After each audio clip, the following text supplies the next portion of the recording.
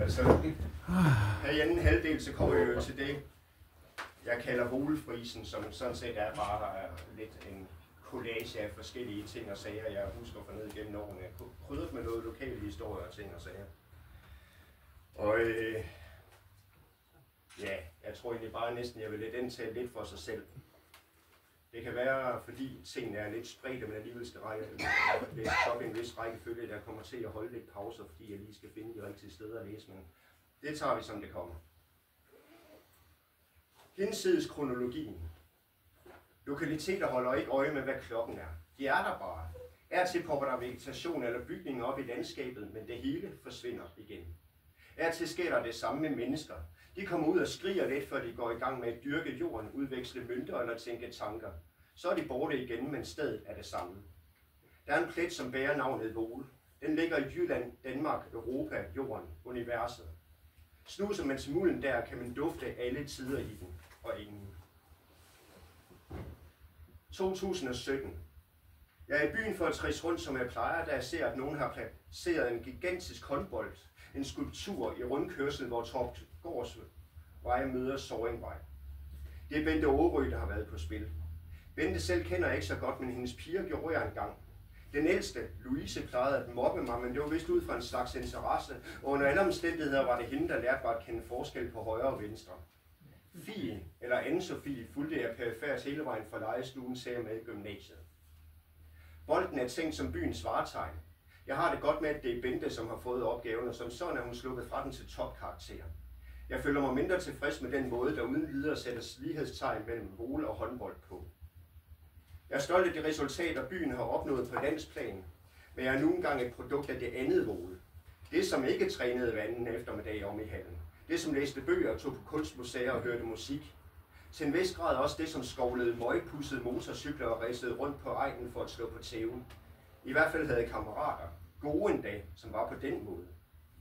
Jeg havde noget til fælles med dem. Et eller andet, der ikke kunne stilles tilfreds ved at hænge ud i et omklædningsrum eller spise pølser om i hallen. Noget, der kunne bruges enormt konstruktivt eller virkelig katastrofalt. Os, der havde den form for energi, røg enten i spjældet eller rejste ud for at blive til noget.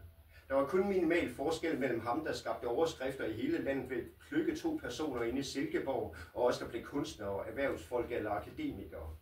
Vi øste fra den samme kilde. Kilden boblede op et nondeskript sted midt i byen og kunne alt efter temperament kaldes længsel eller restløshed. Snarere end idrætslivet var den Voles sande ressource, potent såvel som uforudsigelig. Og så alligevel. Ved nærmere eftertanke har Kasper Dolberg sikkert også drukket af den. 1982. Mig og Bo Lauritsen står nede i engen og lytter til det svirpende elhegn. 2000 volt eller noget i den retning løber der igennem det. Nok til at holde en fuldvoksen, lidt for nysgerrig ko i ave i hvert fald. Bo og jeg er nogle rigtige drenge. Man siger, at der altid er så mange brud på en stråle pis, at det burde være en fysisk umulighed at få stød ved at urinere på en men vi udfordrer alligevel hinanden. Lyner ned, går i gang og modtager hver vores hårde slag i nosserne, som får os til at rulle rundt i græsset, hvor vi hyler af lige dele smerte og grin. Så kigger vi på hinanden, så gør vi det en gang til. Det er i orden.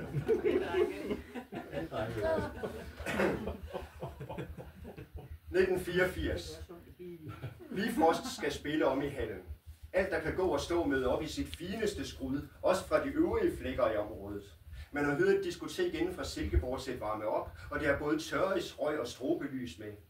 Det er første gang, Bo og jeg oplever den slags i virkeligheden. Vi kan bruge timevis på at grine af hinandens robotagtige bevægelser, mens den store lampe tænder og slukker adskillige gange i sekundet.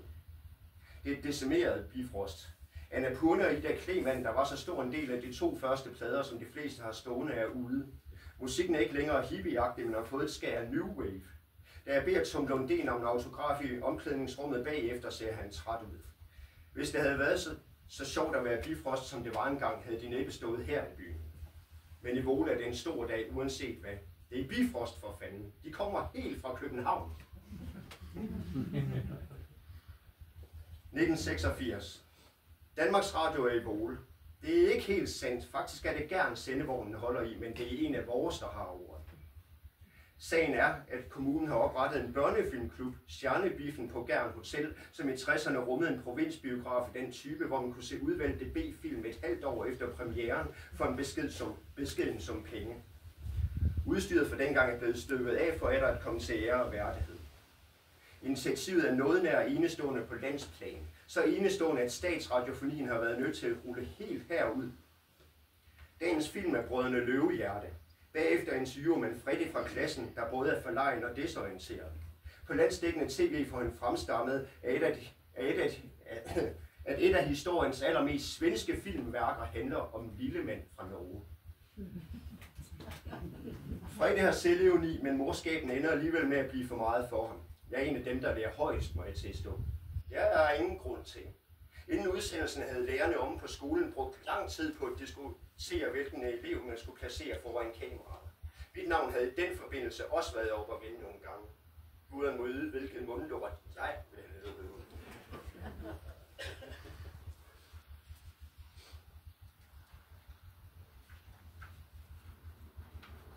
Yes. 1983. UFO'erne er her. Nede i Sminge er der Pallerne gårdmænd, Hans og Carsten Søgaard, som ivrigt udtaler sig til lokalavisen om de mange gange, de har set uidentificerede flyvende objekter over Smingesø. Ved et par lejligheder skal de sågar være landet i engene dernede. Poul Rasmussen fra Sorring, vores elskede tysker historielærer, der holder lige så meget af at tegne skitser og fortælle skrøner, som han gør at undervise, kan berette om et lokalt par, vi alle sammen kender, hvis bil blev forfulgt af et lys på himlen hele vejen hjem til Vole. Den i noget deres hus forsvandt det lige så pludseligt, som det var dukket op, og alt var fryd og gammen, indtil de kom ind i soveværelset. Der ventede en skikkelse, som ikke var af denne verden, på dem i mørket, og de flygtede over hals og hoved. På biblioteket, som lige er flyttet fra skolen op på Hjaltesvej, bestiller jeg hele årgange af ufornyt hjem og læser mig vind og skæv i bøger af Erich von Däniken, som påstår, at rumvæsenerne har været her altid. At det var dem, som byggede pyramiderne, fik Jerikos mure til et smuldre og lå til grund for alverdens gudesagn. Et par gange tror jeg endda selv, at jeg spotter noget i luftrummet over Østjylland. Da den rationelle impulsret vender tilbage, kan jeg godt se, at der sandsynligvis kun var tale om henholdsvis et stjerneskud og et rutefly, men altså, for en stund lever eventyret igen i form af svævende blikdåser for galaksen. Jeg vil så gerne tro, og området er omsider løbet tør for varulve.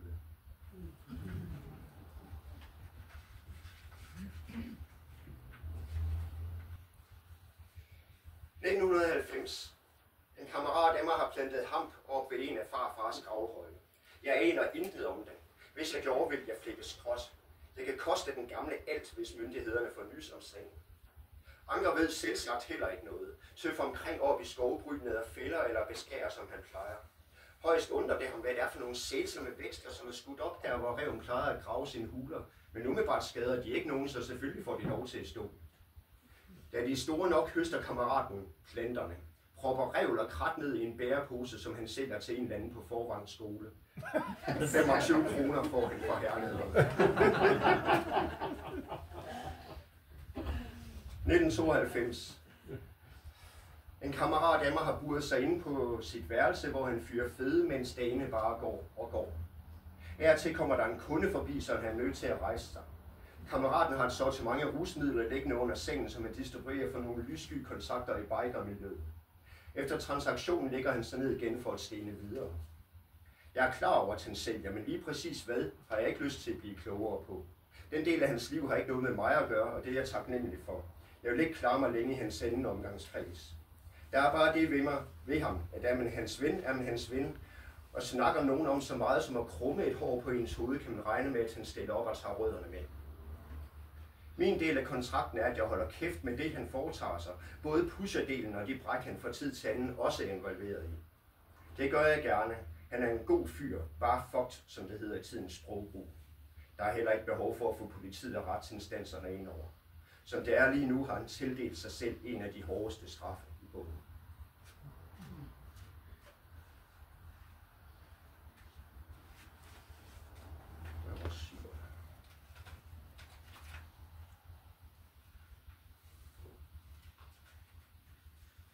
I 1987. Der var åbnet en døgnkiosk over i hans bloks gamle møbelforretning på Smedegade 5. Der kan man lege en moviebox, en transportabel videoafspiller og et bredt udvalg af film, der rækker fra De Røde Heste og Mad Max til Sex på Dværgens Naseslot. Der er også campingslik af den slags, der eksploderer i munden og farver tungen blå, samt et hav af forskellige drikkevarer, man kan få åbent ved kassen og drikke på pladsen udenfor. Det er blevet det cool sted at hænge ud. Alle de seje drenge i byen gør det, omsværmet af hver deres hold, jævnaldrende piger. De falder i lag. De yngste poserer på deres racercykler og drikker cola. De lidt ældre har fået knaller, der ryger smøger, mens de gør deres bedste for at se rå ud. De ældste har anskaffet sig biler. Bulede, rustne second-hand-biler og obskure østeuropæiske fabrikater. Jo, men alligevel biler. De er toppen af poppen. De kan køre herfra, hvis de vil. –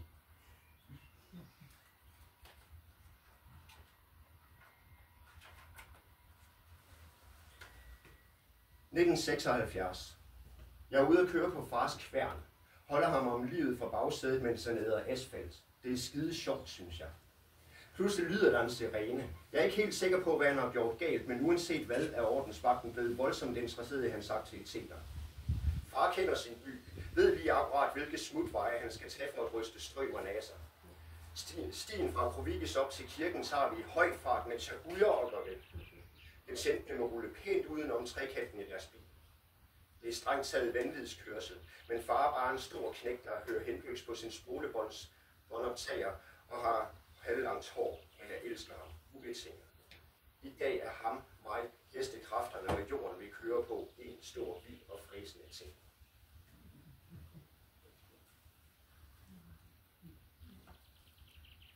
1788.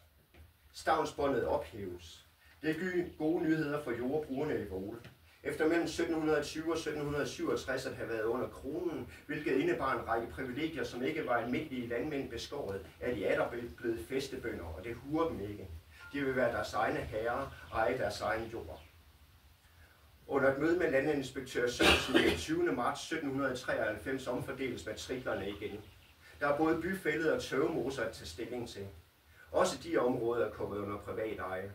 For at tage lettere adgang til de nye jorder, vælger flertallet at rykke deres ejendomme ud fra bykernen. For en stund ligger Vole hen som en slatten ballon. Det er før først kælene og arvingerne, så udenbys folk rykker ind og fylder arealet med udvidelse, såvel som idéer, der med tiden får mindre og mindre med korn og dyreavl at gøre. Det gamle tætte landsbysamfund, hvor alles problemer var alles, og de samme familier giftede sig ind i hinanden med et par generationers mellemrum for at holde på jorden, er på vej mod en langsom, men sikker opløsning. Dagen vil komme, hvor folk fra Vole kan mødes på Smedegade og hverken hilse eller vide, hvad hinanden hedder. Det er begyndt det lange farvel.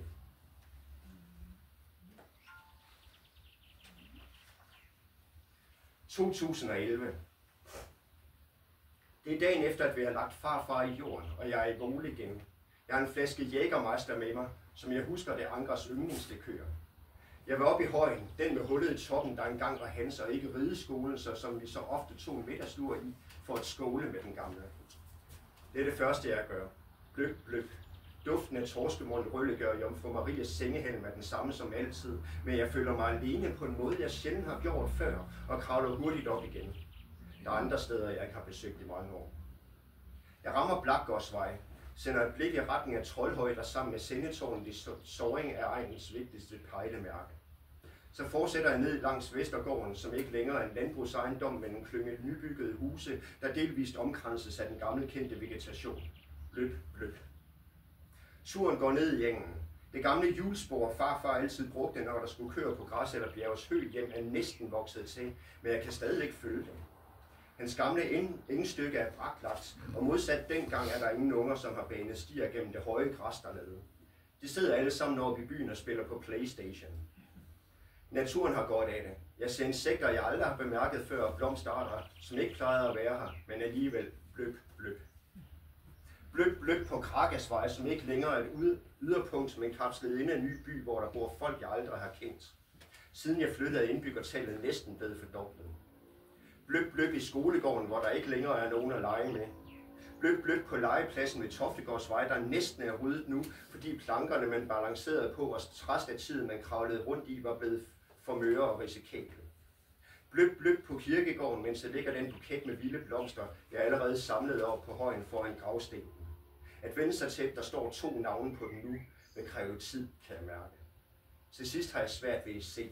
Det er ikke kun saltvand, der er løsnet sig bredt i mine øjne. Det er jord, mure, ansigter, det dybeste lag af, hvem jeg er. Jeg har en flaske, der er tom og en modbydelig trykken i hovedet.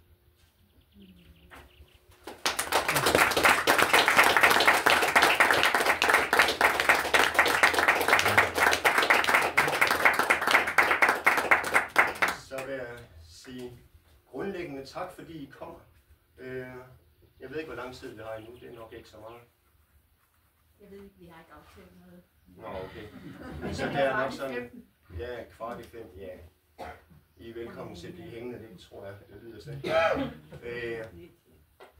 Men jeg vil i hvert fald også, jeg synes lige, jeg vil sige specielt tak til Lisbeth for at have lagt hus til det her. Det er stort, synes jeg. dels at kunne læse op i huset lige ved siden af, hvor jeg voksede op, men også lige så meget, fordi det er bare nogle dejlige faciliteter. Og ja, som jeg kunne forstå på det hele, så er Vole Fortællehus egentlig lukket, men Ved særlige lejligheder. ja, så er det op igen, så okay. Ja, det er godt at høre det, ikke, men det er sikkert ikke sidste gang, det her. Det er en mulighed. Det er en mulighed.